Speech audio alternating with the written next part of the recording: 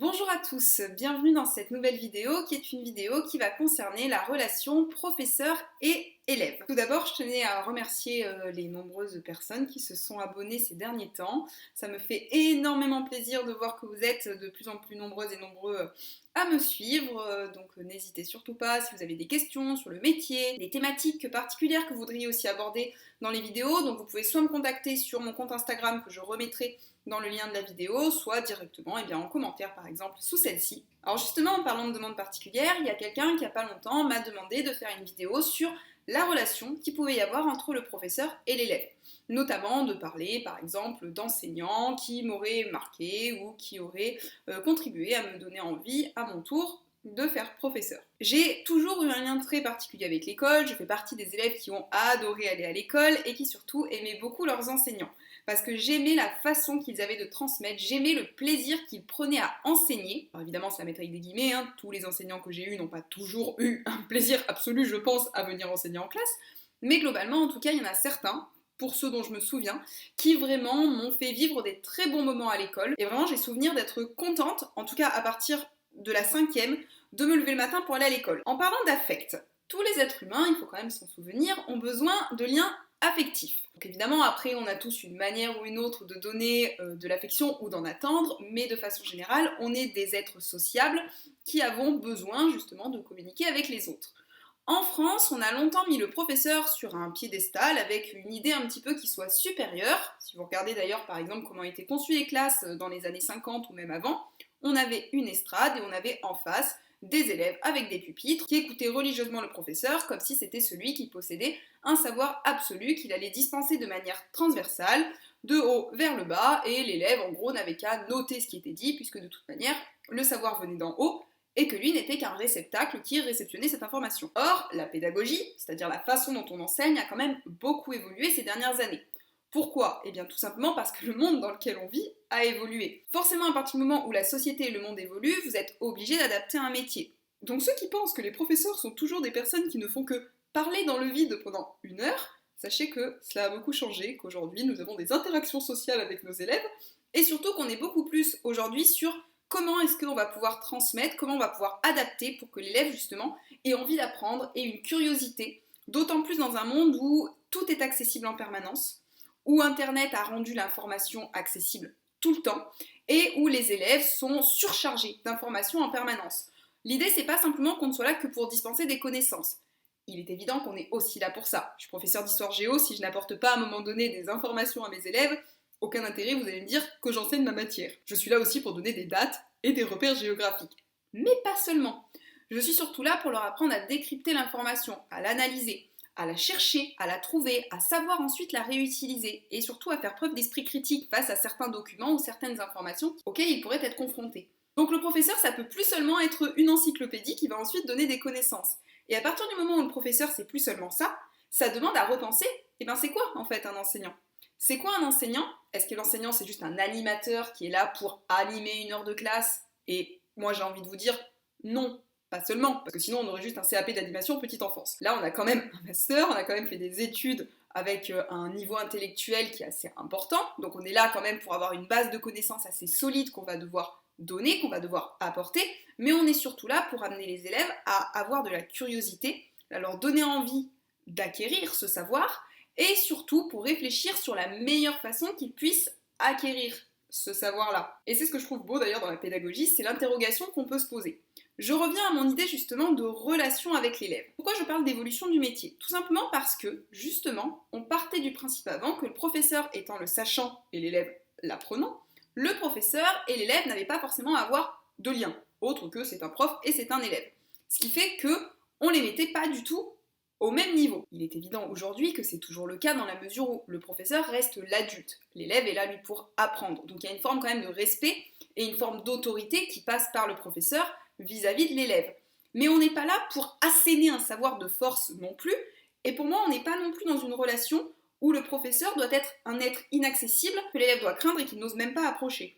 Le professeur il détient donc une autorité, mais l'autorité elle doit être utilisée à bon escient, de manière bienveillante. Il ne s'agit pas de faire preuve d'autoritarisme, c'est-à-dire d'avoir une attitude un peu dictatoriale. L'autorité, elle est ici là pour créer un cadre, c'est-à-dire des limites qui soient propices au travail et à la mise en activité. Les élèves, notamment les ados, je ne vous cache rien, ont besoin d'avoir des limites. Demandez à leurs parents. Mais les limites, elles doivent se situer dans un cadre donc bienveillant et positif, et surtout, elles doivent être là pour encourager les élèves et les amener à apprendre et étudier, et leur faire comprendre qu'on est dans le cadre d'un groupe, donc on a des règles. Et surtout, c'est là où j'insiste, c'est que le professeur, pour moi, n'est pas simplement là pour dire c'est comme ça et c'est pas autrement, mais peut-être aussi d'expliquer. Il y a des règles, pourquoi il y a des règles? Il y a des règles pour que tu puisses apprendre. Et je pense que c'est là aussi où la pédagogie et la façon dont se comporte l'enseignant a évolué, c'est qu'on n'est plus sur une parole absolue qu'on ne remet pas en question, puisqu'aujourd'hui les professeurs sont confrontés justement à une remise en question permanente de leurs paroles, donc le professeur doit aussi être là pour dire j'ai fait ça parce que.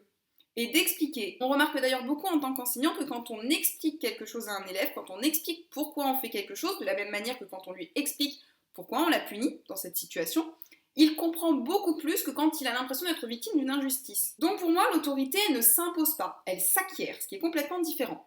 D'ailleurs, juste à titre d'exemple, quand j'ai commencé à enseigner, je me figurais un petit peu les élèves comme une espèce de petite meute de louveteaux, vous voyez, plein de petits loups. Et au début, j'ai eu cette impression qu'ils me testaient, un petit peu comme des louveteaux qui testeraient pour savoir quel serait le loup alpha de la meute, c'est-à-dire celui qui allait un petit peu commander la meute. Et je me suis toujours dit, le but du professeur, c'est de devenir l'alpha. C'est donc d'acquérir le respect et de s'imposer face à sa classe. Et pas de s'imposer par la force, parce que si vous ne tenez que par la force tout au long de votre année, sachez que vous allez passer votre temps à mettre des sanctions. Pour moi, il faut surtout acquérir le respect des élèves. Mais l'inverse est vrai aussi.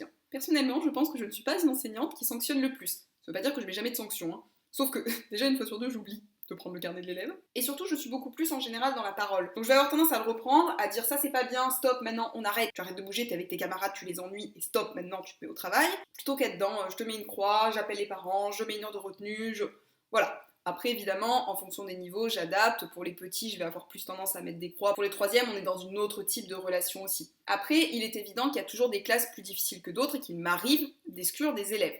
Même si, encore une fois, je considère que c'est une solution de facilité parce que je gagne une heure de cours, certes, mais au final, j'ai pas réglé le problème. Dans la plupart des cas, en tout cas pour moi, avec mes classes, ça se passe plutôt bien. Je m'entends bien avec mes élèves, je pense que globalement, j'espère, ils apprécient les efforts que je mets en œuvre et les cours que je fais. Après, il est évident qu'on ne peut jamais plaire complètement à tout le monde. J'ai remarqué qu'avec mes classes, j'ai pas énormément de discipline à faire. Ce qui d'ailleurs parfois a tendance à me surprendre, parce que quand on me dit mais comment ça se passe en fait, comment tu fais pour t'imposer, qu'est-ce que tu mets en termes de règles comme place, je ne saurais pas complètement l'expliquer parce que ça marche, c'est tout.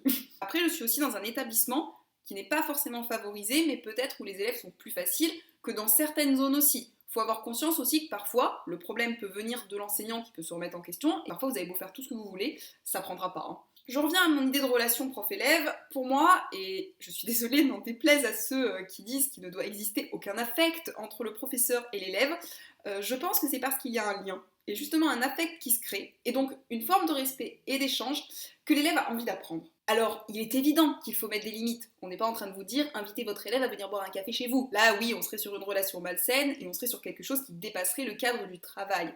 Mais prenez justement le cadre du travail. Vous n'êtes pas forcément le meilleur ami ou la meilleure amie de votre patron ou de votre patronne. Pour autant, c'est toujours beaucoup plus facile quand il y a un respect qui se crée et quand la relation se passe bien et quand vous appréciez votre patron ou votre patronne. Si je prends mon cas personnel, moi j'ai toujours eu beaucoup plus de facilité à apprendre, ou en tout cas j'ai pris plus de plaisir à apprendre, quand j'étais face à un enseignant que j'appréciais. Par exemple, j'avais, et j'ai toujours d'ailleurs, de très grosses difficultés en anglais, parce que j'ai un complexe avec le fait que je ne sache pas parler anglais, et je me souviens toujours de mon professeur en seconde et en terminale, parce que je l'appréciais beaucoup, et que j'aimais bien sa façon d'être, qui me faisait rigoler. Du coup, j'apprenais plus facilement ses cours. Je n'étais pas forcément meilleure en anglais, mais en tout cas, j'arrivais mieux à comprendre ses cours. D'ailleurs, à titre d'anecdote, je lui avais promis que j'aurais 10 au bac. Je n'ai pas eu 10 au bac, j'ai eu 9, mais on va dire que ça passe. Mon but, ça a toujours été d'être professeur, d'enseigner évidemment, puisque quand on est prof, on enseigne, mais surtout en fait de partager des connaissances et d'être là pour accompagner des adolescents. Parce que je suis fascinée par les adolescents, j'adore l'adolescence, je trouve que c'est une période de la vie qui est à la fois belle et extrêmement compliquée parce que c'est à cet âge-là qu'on peut encore changer d'avis et que justement on va construire l'adulte qu'on sera plus tard. Et c'est vraiment à cet âge-là qu'on s'émancipe. Et je pense que le professeur peut aussi avoir un impact par les paroles qu'il va dire et peut aider à la construction d'un élève en débloquant certaines situations. Donc je trouve ça beau en fait, la relation qui peut s'établir entre un adolescent et son enseignant. C'est pour ça que pour moi, je pense que l'enseignant doit rester un être accessible et non pas un être supérieur. Et que c'est important de rappeler que les profs, c'est aussi des êtres humains. On fait nos courses, nous aussi, on ne vit pas au collège. J'ai envie que les élèves ils puissent sortir de cours en ayant passé un bon moment. Alors, je suis pas là en train de vous dire, j'ai envie qu'ils n'apprennent absolument rien et qu'ils ne fassent que s'amuser. Mais j'ai envie qu'ils apprennent en s'amusant, qu'ils apprennent de manière ludique. Et justement, dans mes cours, on est beaucoup porté sur l'échange, sur la discussion, sur les débats, on s'interroge. Je suis pas juste là pour leur dire c'est comme ça et pas autrement. Moi, s'ils veulent contester ma parole, il n'y a pas de problème. Par contre, ils me donnent des arguments et puis on discute. Il y a des disciplines qu'on n'aime pas forcément, et je pense qu'une partie de mes élèves n'aiment pas l'histoire géo, c'est basé beaucoup sur la mémorisation, mais j'ai certains élèves qui m'ont dit j'appréciais pas forcément l'histoire géo, mais comme j'aimais bien venir dans vos cours, eh ben j'apprenais plus facilement, je passais un bon moment et j'ai retenu des choses. Et c'est ça justement que j'ai envie qu'ils aient et de leur apporter. J'espère aussi réussir à rendre un petit peu l'histoire géodynamique et vivant, parce qu'on est quand même sur une matière qui enseigne des morts. Je pense qu'il est très important qu'il y ait une relation d'affect qui s'établisse entre le professeur et sa classe. De toute façon, je pense que j'arriverai pas juste venir en me disant je viens là parce que c'est mon travail, je le fais et hop, je rentre chez moi, je m'en vais. Quand j'étais à la fac, il y avait deux professeurs qui étaient venus témoigner de la relation qu'ils avaient avec leurs élèves, et il y en avait une, ses paroles m'avaient un peu choquée parce qu'elle avait dit moi j'aime pas mes élèves, et je suis pas là pour les aimer, mais juste pour leur enseigner. Et j'ai déjà entendu des collègues le dire, et il n'y a pas de problème. Il y en a certains qui, effectivement, partent du principe qu'ils sont juste là pour enseigner, et qui n'aiment pas les élèves. Alors ça me pose quand même question de se dire t'aimes pas les adolescents et tu travailles avec des ados. Eh ben moi, je vais vous faire une confidence, j'aime mes élèves. Je suis pas en train de vous dire je les aime comme ma famille et mes amis, mais je les apprécie. J'apprécie de passer du temps avec eux, je prends plaisir à venir travailler, à les retrouver et à concevoir des activités avec eux. Je vous disais en début de vidéo, je fais partie de ces élèves qui ont aimé l'école, et qui étaient chaque jour très contentes de se lever le matin. Et dans toute ma scolarité, en dehors des cours évidemment, ce que je retiens, c'est certains cours. Et quand je fais un bilan de ma scolarité, ce que je m'aperçois, c'est que les cours que j'ai le mieux retenus, ce sont les cours où, avec le professeur, j'ai passé un bon moment, où j'ai souvenir d'anecdotes qui m'ont fait rire, de moments qu'on a partagés, d'activités qui étaient originales. Et justement, je rends grâce et je remercie ma professeure de littérature que j'avais en 5e, qui m'a fait aimer et découvrir l'écriture et la lecture.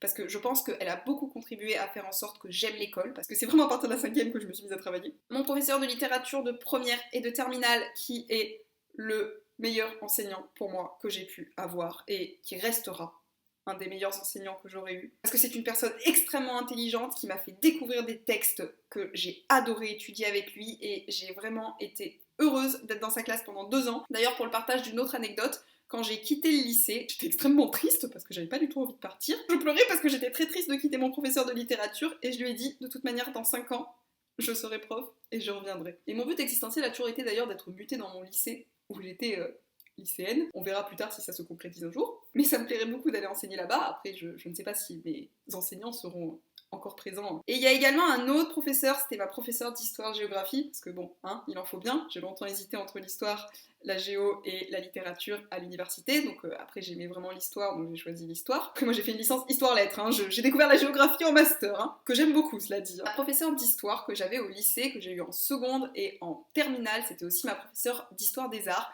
et c'est une femme extraordinaire, et un jour on m'avait dit c'est qui ton modèle dans ta vie, et j'avais dit c'est Madame Kaïtukoli, parce qu'elle était géniale, parce que c'était une femme investie, parce que c'était une femme qui organisait des voyages, qui était impliquée, qui était drôle, où j'avais l'impression qu'elle avait vécu tous les événements historiques qu'elle nous racontait, et pourtant, ses cours n'étaient pas toujours très organisés, elle les oubliait une fois sur deux, et en même temps, c'était génial. Donc voilà, moi je rends vraiment grâce à ces enseignants-là qui m'ont appris à aimer l'école, qui m'ont donné envie d'apprendre, de partager, qui ont partagé leurs connaissances avec passion, en me donnant envie d'être comme eux, et d'être à leur place. Et ces dernières années, avec la crise sanitaire, j'ai trouvé que le lien qu'il y avait entre les professeurs et les élèves s'était beaucoup plus renforcé. Peut-être parce qu'on a cherché ensemble des solutions, qu'on s'est parlé à travers des écrans, qu'on a appris à communiquer à des heures qui n'étaient pas normalement des heures où on était face à des élèves, et qu'on a eu une forme de solidarité qui s'est mise en place. Mais en tout cas, j'ai trouvé qu'on avait été beaucoup plus proches, et je pense qu'on restera quand même marqué par cette période et par le lien qui a pu s'établir avec des élèves, ou même avec des parents d'élèves. Hein. Et donc c'est pour ça que je veux conclure cette vidéo sur ça, et sur le lien entre les élèves et les enseignants. Je pense que l'affect, c'est hyper important.